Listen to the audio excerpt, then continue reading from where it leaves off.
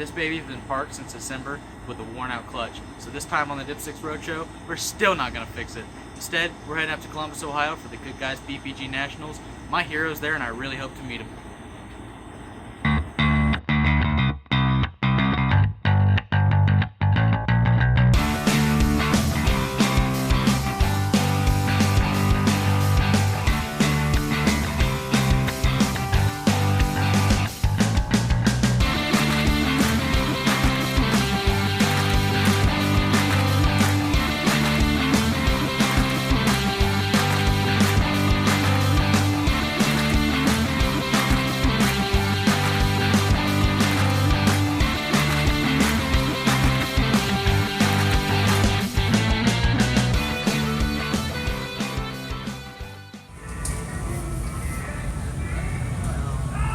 We made it to Good Guys around 7:30 Friday morning. It would be another hour before we got the Lemon Rods booth set up so we could walk around.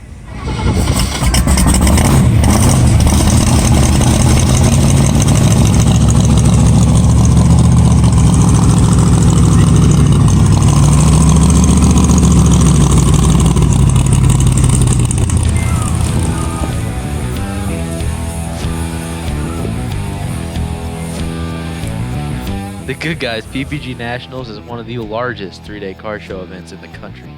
With upwards of 7,000 cars expected at the event, 3 days is hardly enough to see all that the event has to offer. With part vendors, a huge swap meet, and autocross racing, the weekend is packed with more than you can take in from 7 to 5 each day. Fun usually doesn't stop when the show is done each day. There are numerous parties and after events going on throughout the surrounding Columbus areas. So you are never lacking for something to see or do, but with the threat of rain on the horizon, I started to worry that today's show and the evening events may be cut short.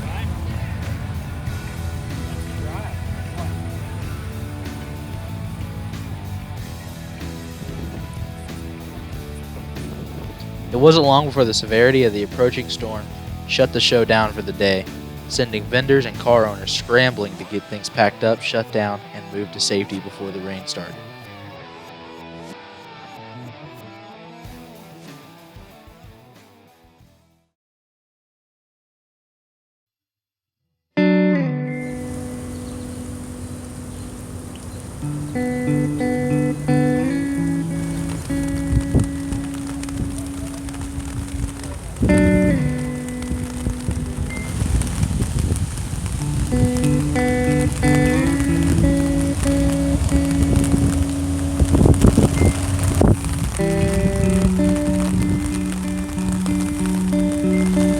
The storm came and went, but the rain persisted, and with no end to the rain in sight, it looked like the evening was going to be a total wash.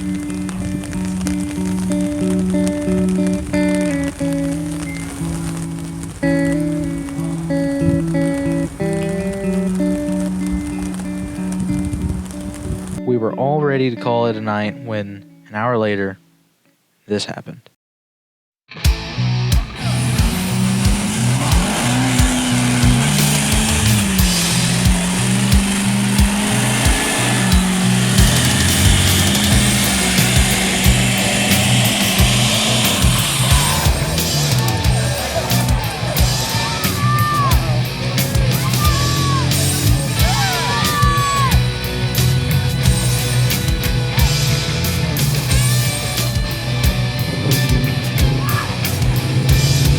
The crowd gathered at the restaurant across the street from our hotel, and soon after, an onslaught of burnouts ensued.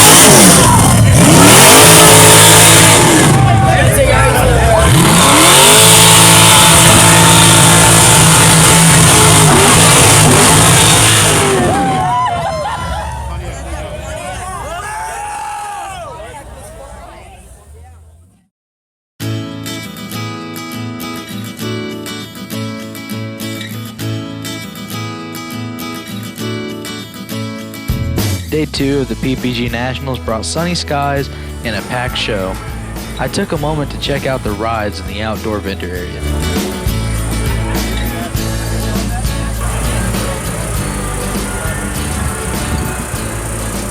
There I scoped out the super clean Cork design built Mustang convertible.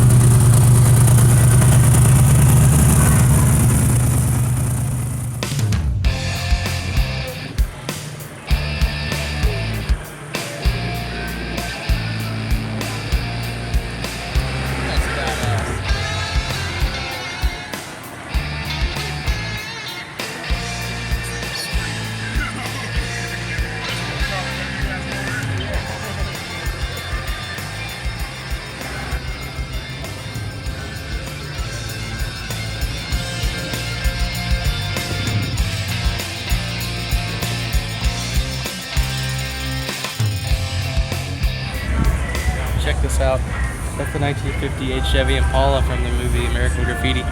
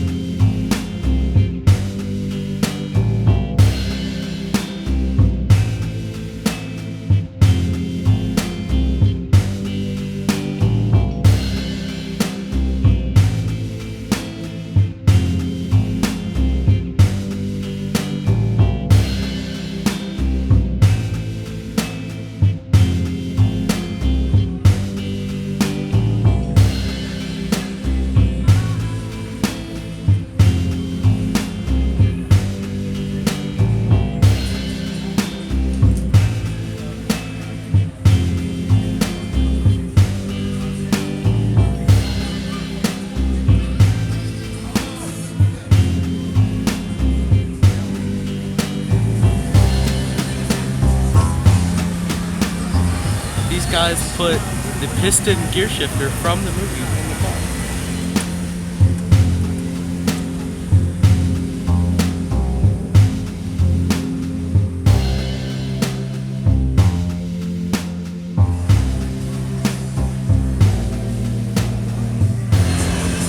One of the most iconic movie cars ever, and I'm only standing a few feet away from it.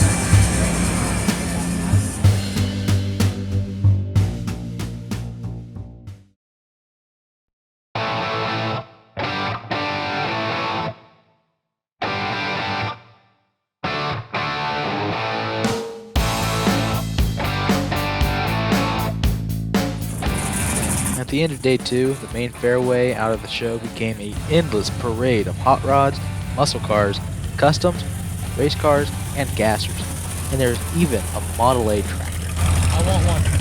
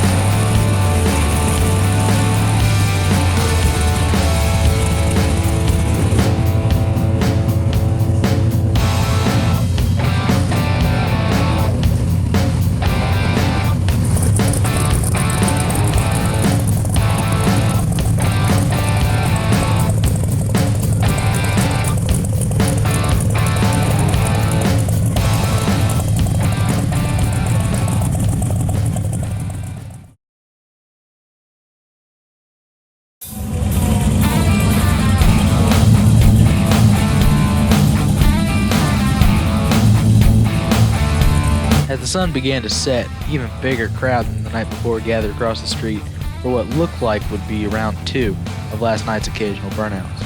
What really happened was far from occasional.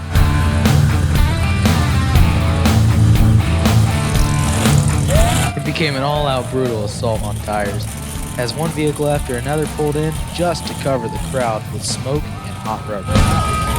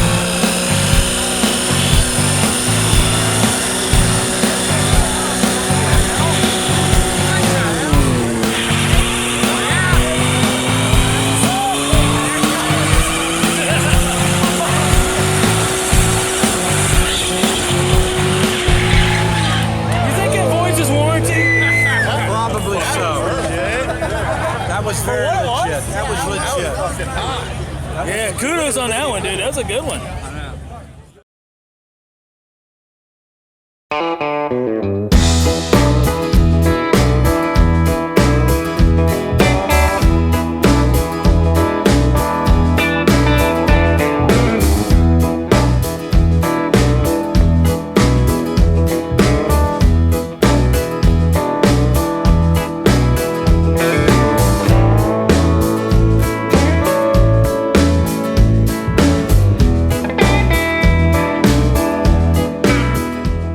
An early start to day 3 landed me a quick interview with Josh D. Krager of iSpot Designs and his awesome 1940 Dodge capover. What in the world just came to you and just said, hey, I want to build something crazy, so let's just go to a junkyard, grab anything we can find, and just throw it on a truck? Although it looks like that, that's not really how it goes. I build these for customers. Very few of these are my own. Customer came to me and he had this idea for a cab over, and I'm pretty fortunate that he just said, you know what, do what you want. And so we threw a bunch of ideas back and forth because, you know, it's got to make it for what he's going to be happy with. And this is where we ended up. We got a 40 Dodge cab over, picked up an 84 Dodge one-ton truck, pulled the front suspension out of it, narrowed it, and other than that, all we used was the motor and the rear end out of it. Everything else is just a culmination of nightmares and daydreams. Everything we do functions and works. So, you know, if you look at the old Briggs motor and the compressor over there, that actually pumps up the air system for the air ride. The fire extinguishers, those actually have the nitrous bottles in them. Yeah, Got my nitrous bottles hidden in there. It's a real deal. It's a daily driver. It's cool. Is that a real chain? And if so, what is it off of? That's a real chain. That's actually off of a like ocean liner, a big huge boat, and that's part of the steering mechanism off the boat. Because they actually use a couple of those and some hydraulic cylinders to operate the rudder. Whose idea was this to form the intake? That was mine. We were trying to come up with a really unique, pretty cool thing. One of my other things is I like to use things that aren't what they're supposed to be and make them functional. And I've never seen anybody yet use headlight buckets for air intake. So we got those headlight buckets and I just started forming something around them, and it's pretty cool. That is amazing. What is the deck lid and all this made out of? Well, the rear fenders are actually off of a 40 Dodge truck. We wanted to keep the year and model of the cab. And the deck lid, all that is some galvanized sheeting that we stole off the side of a barn. And we got a manure spreader chain that comes down to some spring-loaded binders to keep it closed. Oh no. Wow. The wood, all the wood on it is actually imported from Canada. That's reclaimed lumber off the side of a barn. It's kind of unique because it's so wide. I wanted to make that bottom section one piece, so we had quite a bit of time in trying to find that. And that's part of what takes so much time to build these, or not so much time, but the majority of the time is spent sourcing out just what I envision. A lot of times, like I say, I'll wake up in the morning and go out in the shop and checking stuff out, and oh, this is what we need for here. And then I spend 2 days finding it. It's not like you can go to AutoZone and buy a set of headlight buckets, so it'd be cool for your air intake. And what is this? Because it looks like off of a bed. Well, sure, you wouldn't put anything else at the front of the bed, would you? That's amazing. Had to use a bed headboard.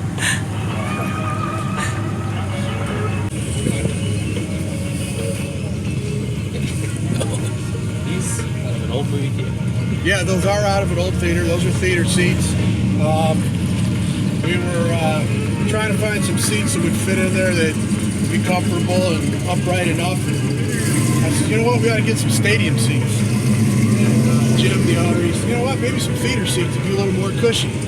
So we sourced out some theater seats, and it worked out perfect. It worked out just perfect. I don't know if you noticed, but all of the blue, white, and red oil cans that we've used here and there, those are actually company that the customer works for. Those are their early beginnings. That was their brand and their logo. So I went back and I sourced some stuff that was from back in the day, and I integrated it into the build. The cab is all original. We didn't do any work to that other than power wash it and shoot it with clear. All the bullet holes and whatnot, it's all there. It's just original. The other side, there's actually a slug still stuck in the body. Where did you find the body? The body's out of Minnesota. We actually found it on eBay. Guy had it listed. It was a complete cab and chassis with a flathead motor in it. And we knew we weren't going to use any of that, so we bought the cab and had that brought down, stripped it off. And we were trying to decide if we were going to, strip it down and go bare metal, or we decided, if we were going to go with the original patina. And once we power washed it, when it was wet, it looked beautiful. I mean, it looks like what you see now. So when it dried out, it didn't look so good. So we wanted to keep that wet look to it. So we shot it with clear. The front bumper, because that is just awesome. That's scary. The front bumper came from a lot of my builds. I like to integrate wrenches and machinery and parts like that. And I came across some giant wrenches and thought those would look good for frame extensions. And what else are you going to put with a wrench but a big bolt? So we put some big bolts out there, and we needed something kind of ominous in the middle. So those are components off of a sickle bar motor. So we got everything from farm machinery to feeder seats.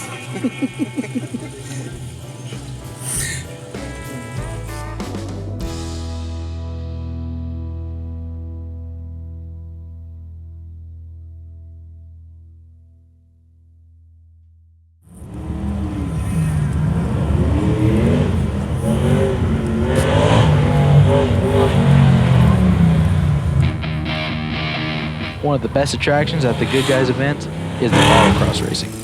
I hit the pits to find out what it took to build a autocross car and hopefully hitch a quick ride around the track with one of the drivers. I'm sitting next to Mike South. Yep. Okay. And he's the owner of this Camaro, which he autocrosses. So how did you get into the autocross? Well, 2009, I came down here to the Good Guys show and saw that they were doing this, and I was still building the car at the time. I thought, man, I'm not sitting behind the car just showing. So I changed the direction of the build and started building it to do the autocross. And I've made several changes through the years, but that's how I got started. Alright, and what all does it take to prep a vehicle for the Good Guys autocross? Well, my prep starts out with, I go through and I check the nuts and the bolts, make sure everything on the suspension's tight, and inspect everything so there's no mishaps on the corners. Make sure the lug nuts are tight, report to spec. I check my tire pressures, make sure they're where they need to be, and basically make sure there's gas in the car and ready to go. What all, modification-wise, do you have done? I went through several series of modifications, but I end up, right now I've got the Ride Tech True Turn system on it. I got Ride Tech triple adjustable shocks, and I have the Ride Tech 4-link on it. It really seemed to make the car more smoother in the corners, and a little better grip, a little more balance. I put bigger sway bars on it. That's pretty much all I've done. I did do an LS1 swap and a T56 6-speed, so that's part of it too. What all do you have to go through to be able to ride along with a driver in the Good Guys autocross? Well, typically, it varies from event to event, but this year they implemented a helmet rule, so you have to go up and sign a waiver. I think they were asking for donations for, I don't remember the charity, and then they'll loan you a helmet, and you just find a driver that'll let you ride with them, and that's about all there is to it. I've not give somebody a ride that didn't enjoy the crap. Would you give me permission to ride along with you while you take around the tours? Oh yeah, let's go, man. Awesome. Mike Sal was nice enough to let me ride along as he paced the autocross track. I was blown away at how hard he pushes his classic 1968 Camaro around the corners. And no sooner than it started, in less than 70 seconds, it was over. It was an amazing experience.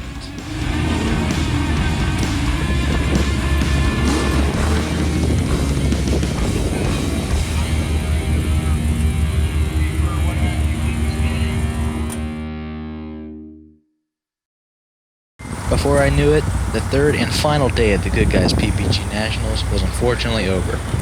But I met some new friends, made some new fans, and met my hero. I'd say the Dipsticks Roadshow is off to a good start. It's the end of the show. Gotta leave. I had a lot of fun.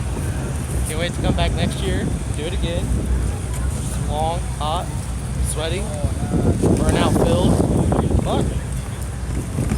Turn the camera off.